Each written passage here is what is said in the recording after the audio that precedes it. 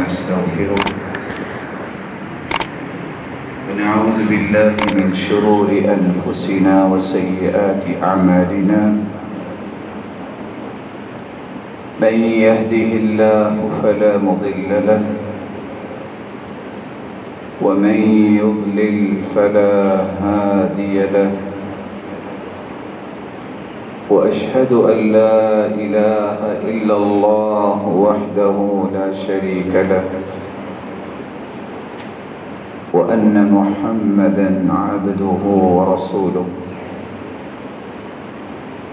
يا أيها الذين آمنوا اتقوا الله حق تقاته ولا تموتن إلا وأنتم مسلمون يا أيها الناس اتقوا ربكم الذي خلقكم من نفس واحدة وخلق منها زوجها وبث منهما رجالا كثيرا ونساء واتقوا الله الذي تساءلون به والأرحام إن الله كان عليكم رقيبا يا أيها الذين آمنوا اتقوا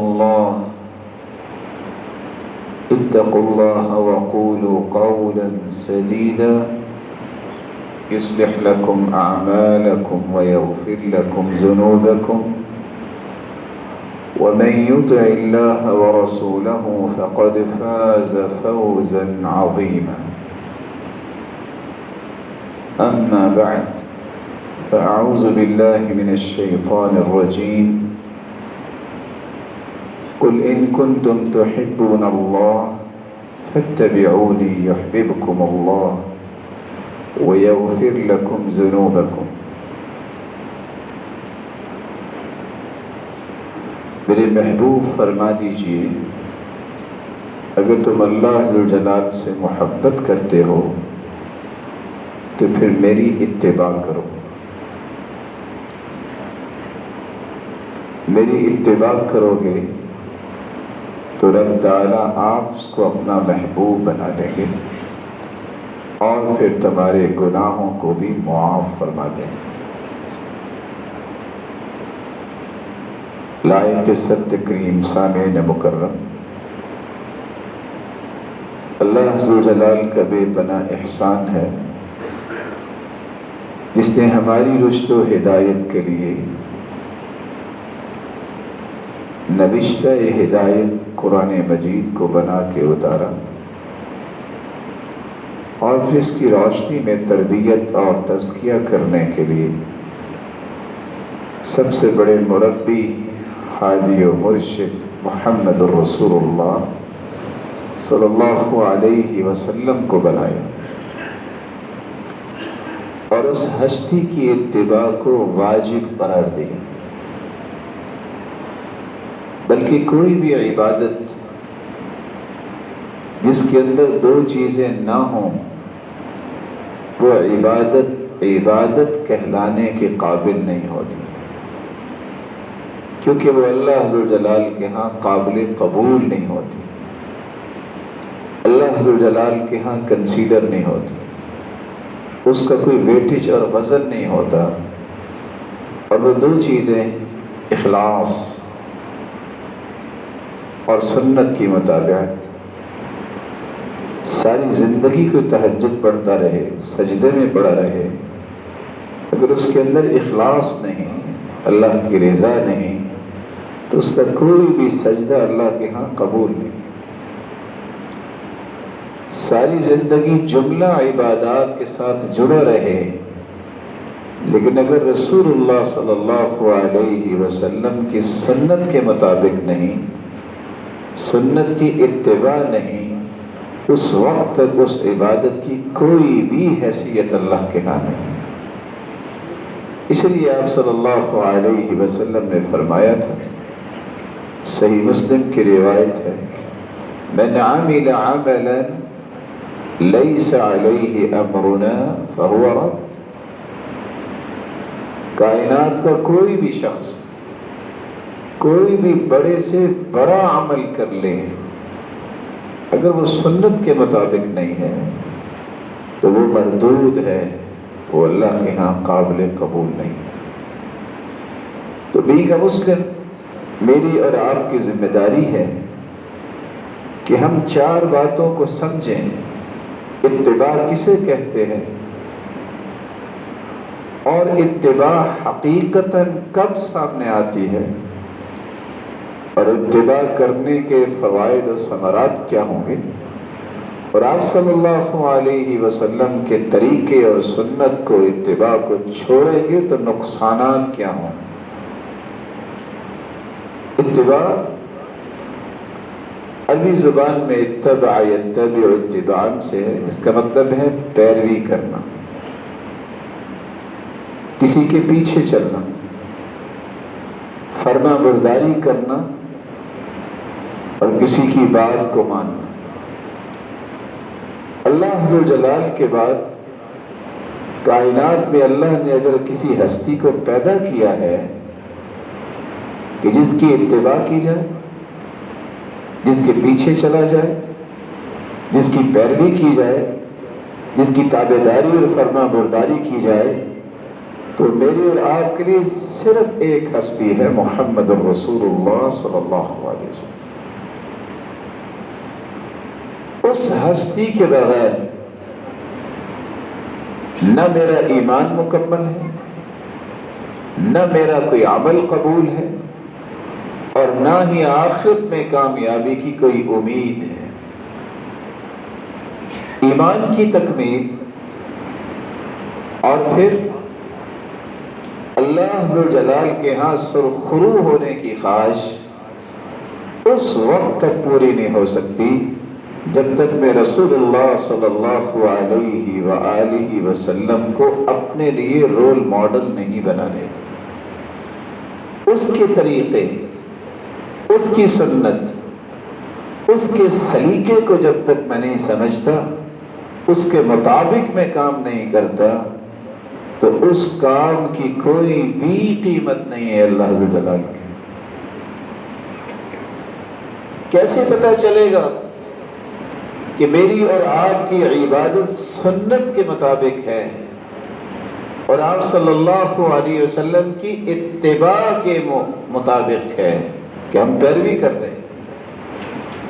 اس کے لیے آج کے اس خطبے میں 6 ایسے اصول یاد کر لیجئے کہ آپ دنیا کے کسی خطے میں ہیں، آپ کے سامنے کو پہاڑ جیسی قداور شخصیت بھی آ کے کوئی بات کر دے تو رسول اکرم صلی اللہ علیہ وآلہ وسلم کی سنت کی عظمت آپ کے سامنے ہمیشہ رہے گی اور آپ کبھی دھوکہ نہیں کھائیں۔ عبادت کب شریعت بنتی ہے؟ جب اس کے اندر اخلاص اور سنت ہو۔ کیسے پتہ چلتا ہے کہ میں مخلص تو ہوں لیکن سنت کے مطابق کام کر رہا ہوں کہ نہیں؟ کیسے پتہ چلے گا؟ اس کا پہلا اصول اور ضابطہ یہ ہے، ان تكون العبادة موافقة للشرع في جنسها۔ اللہ عز و جلال نے جس عبادت کو عبادت کہا ہے اس کی جنس کو طے کر دیا ہے، یہی ہوگا، دوسرا نہیں ہو سکتا۔ اللہ تعالیٰ نے یہ طے کر دیا ہے، مثال کے طور پر کہ آپ نے قربانی کرنی ہے تو کن جانوروں کی کرنی ہے؟ وہ بہیمۃ الانعام ہے۔ بہیمۃ الانعام جن کے بارے میں امام نووی رحمۃ اللہ علیہ فرماتی ہے، جو صحیح مسلم کی شرح لکھنے والے ہیں، الاجماع انہ لا یجزئ فی الاضحیہ الا الابل والبقر والغنم۔ قربانی ہو سکتی ہے تو اونٹ مذکر مؤنث، گائے مذکر مؤنث اور بھیڑ بکری مذکر مؤنث۔ کوئی شخص اگر اس بات کی خواہش کرے کہ ہرن بھی تو مزیدار ہے نا، نیل گائے بھی تو گائے کا لفظ بھی اس کے اندر ہے، تو میں اس کی قربانی کرتا ہوں۔ شریعت نے یہ جنس طے نہیں کیا۔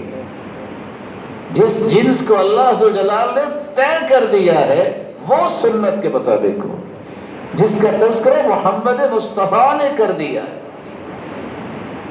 پالتو جانور قربان کیے جائیں۔ پالتو جانوروں میں گھوڑا بھی ہے۔ بعض لوگ تو گھوڑے کا نام سن کے پریشان ہو جاتے ہیں۔ صحابہ کرام نے ذبح بھی کیا ہے، نحر بھی کیا ہے۔ ذبح کرنے کا مطلب ہے لٹا کے اسے اس کی گردن پہ چھری چلانا، اور اسے اونٹ کی طرح قربان بھی کیا گیا ہے۔ لیکن آپ قربانی میں نہیں کر سکتے، کیونکہ اس جنس کو شریعت نے طے کر دیا ہے، وہ اونٹ، گائے اور بھیڑ بکری۔ دوسرا اصول یہ ہے ان تكون العبادة موافقة للشرع في قدرها۔ جس چیز کو اللہ عز و جلال نے اپنے پیغمبر کے ذریعے عبادت بیان کروایا ہے، دکھایا ہے امت کو، تو اس کا اندازہ بھی بیان کیا ہے۔ فجر کے کتنے فرائض ہیں؟ کتنے رکھتے ہیں؟ 2 رکھتے ہیں، 2 سنتیں ہیں اور 2 فرض۔ ایک بندہ بڑا ہی نیک ہے اور کہتا ہے نہیں، 2 تو بہت جلدی ادا ہو جاتے، میرا جی چاہتا ہے کہ میں فجر کے 4 فرض پڑھا کروں۔ یہ دین نہیں ہوگا۔ اور یہی وجہ ہے، صحیح الجامع کی روایت ہے، قیامت کے نزدیک لوگ فجر کی بھی 4 رکعتیں پڑھیں۔ یہی وہ سوال ہے جو سمجھنے والا ہے۔ جب کوئی نیکی کا کام کر رہا ہوتا ہے نیکی سمجھ کر، تو لوگ کہتے ہیں نیکی ہے نا۔ جس چیز کو اللہ کے رسول نے بیان نہیں کیا، جس چیز کا حکم نہیں دیا، جس چیز کو اللہ کے رسول نے اختیار نہیں کیا، جس چیز کو صحابہ کرام نے سمجھا نہیں، وہ نیکی نہیں ہو سکتی، وہ دین نہیں ہو سکتا۔ کیا سیدنا ابوبکر صدیق رضی اللہ تعالی عنہ سے لے کر عامر بن طفیل رضی اللہ تعالی عنہ جو سب سے آخر میں صحابی فوت ہوئے ہیں، 1,44,000 صحابہ میں سے کسی ایک نے 4 رکعتیں فرض پڑھے ہیں فجر کے؟ اس کا مطلب ہے وہ دین نہیں ہو سکتا۔ اس لیے امام مالک فرمایا کرتے تھے، ما لم یکن فی عہد رسول اللہ صلی اللہ علیہ وسلم دین فلا یکن اليوم دین۔ جو اس دور میں دین نہیں تھا وہ آج بھی دین نہیں ہو سکتا۔ اللہ کے رسول صلی اللہ علیہ وسلم نے طے کیا ہے کہ آپ نے فرض کتنے پڑھنے، آپ نے سنتیں کتنی پڑھنی۔ آپ صلی اللہ علیہ وسلم نے طے کیا ہے کہ آپ نے وضو کرنا ہے تو اپنے اعضاء کو 3 مرتبہ دھو لیجیے۔ اگر ایک شخص نفسیاتی بیمار ہے اور وہ 10 مرتبہ دھوتا ہے تو کہنے والا کہہ دے ہاتھ ہی دھوتا ہے نا، اس میں کیا حرج ہے؟ شریعت نے 3 لفظ استعمال کیے ہیں، فقد اعتدى، فقد ظلم، فقد اخطا۔ جس نے 3 مرتبہ سے زیادہ مرتبہ دھویا، غلطی بھی کی ہے، ظلم بھی کیا ہے، زیادتی بھی کی۔ جب محمد کریم نے 3 مرتبہ کہہ دیا ہے، اس سے زیادہ مرتبہ تو دھونا جائز نہیں۔ یہ وہ راز ہے اصل میں، جو کسی کی سمجھ میں آ جائے تو کبھی بھی وہ زیادتی کرنے کی جرت کیا سوچ بھی پیدا نہیں کرتا۔ امام مالک سے کسی نے پوچھا تھا کہ میں نے 5 مشکیزیں اپنے اوپر بہائے ہیں، میرا غسل ہو گیا؟ تو کہتے ہیں آپ پر تو غسل واجب ہی نہیں۔ کہتے وہ کیوں؟ کہتے ہیں دیوانوں پر بھی غسل واجب ہوتا ہے، تم نے 5 مشکیزیں پانی ضائع کر دی اور ابھی پوچھ رہے ہو کہ میرا غسل ہوا ہے کہ نہیں ہوا؟ رسول اکرم صلی اللہ علیہ وسلم کا تو یہ انداز نہیں تھا۔ شریعت نے اس لیے اللہ کے رسول صلی اللہ علیہ وسلم کے بارے میں بیان کیا ہے، آپ مدینے میں آئے دن تھے جس میں لوگ خوشی مناتے تھے. اللہ عز و جلال کے پیغمبر نے فرمایا اللہ عز و جلال نے ان 2 دنوں سے بہتر 2 دن عطا کر دیے. وہ کیا ہے؟ یوم الفطر و یوم الاضحیٰ. 2 عیدیں آپ کو عطا کر دی ہیں. ایک کا سبب کیا ہے؟ روزے مکمل ہوئے اور عید کے دن خوشی انسان مناتا ہے کہ اللہ عز و جلال کی رحمت سے یہ مکمل روزے کر پائے اور اللہ اس پہ انعام دے گی. ایک قربانی کا دن. تعداد طے ہے. عیدان عند اولی النہى لا ثالث لهما لمن يبغي السلامة في غد الفطر والأضحى وكل زيادة فيهما خروج عن سبيل محمد. شریعت نے تو 2 عیدوں کا تذکرہ کیا. دنیا کے اندر جتنی حدیث کی کتابیں دستیاب ہیں کسی ایک کتاب میں بھی آپ کو یہ چیز نہیں ملے گی جو آج لوگوں نے اختیار کر لی. عیدیں تو 2 ہی. ایک عید الفطر ہے، ایک عید الاضحیٰ ہے. عید میلاد النبی، عید نیروز اور نہ جانے کون کون سی عیدیں آج دنیا نے ایجاد کر لی.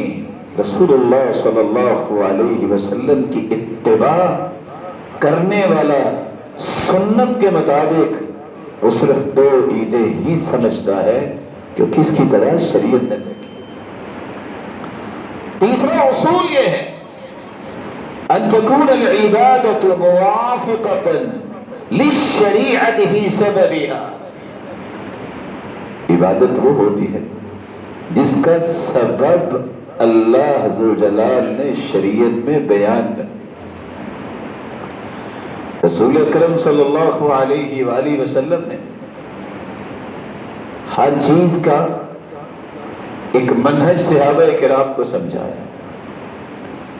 آج اگر کوئی اس بنیاد پہ خوشی مناتا ہے کہ چونکہ اللہ کے رسول صلی اللہ علیہ وآلہ وسلم جیسی ہستی کوئی نہیں تو ان کی ولادت پہ خوشی ہونی چاہیے کہ اللہ کے رسول صلی اللہ علیہ وآلہ وسلم نے خوشی کا یہ سبب اختیار کیا یا اللہ کے رسول صلی اللہ علیہ وسلم نے صحابہ کو حکم دیا کہ اللہ کے رسول صلی اللہ علیہ وسلم کے صحابہ کے بعد تابعین اور تبع تابعین نے اس کو اختیار کیا.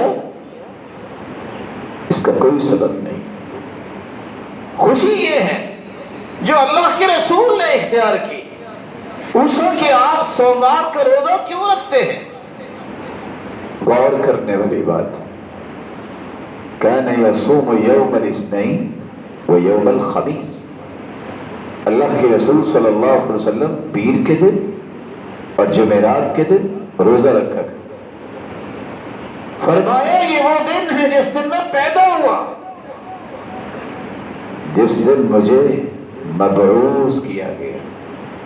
اور تیسری وجہ ہر سوموار اور جمعرات کو اللہ ذو جلال کے ہاں اعمال پیش ہوتے ہیں. میں چاہتا ہوں جب میرا عمل پیش ہو تو میں روزے کی حالت میں. یہ سبب امت نے کہاں سے سیکھا کہ جس ہستی کو اللہ ذو جلال نے پوری کائنات کا سرتاج بنایا اور وہ ہستی کہہ رہی ہے کہ میں تو ڈھول کو توڑنے آیا ہوں، اس کی خوشی میں ہی یہ ڈھول بجائے. اس شرم کی اور حیا کی کچھ حدود ہوتی. جس اللہ کے رسول نے فرمایا تھا الکوبہ اللہ نے حرام قرار دیا ہے، والمعزر شراب کو بھی اور ڈھول کو بھی. یہ امت اس خوشی کے نام پہ سارے کام ہی کر لے اور کہے کہ یہ عبادت ہے.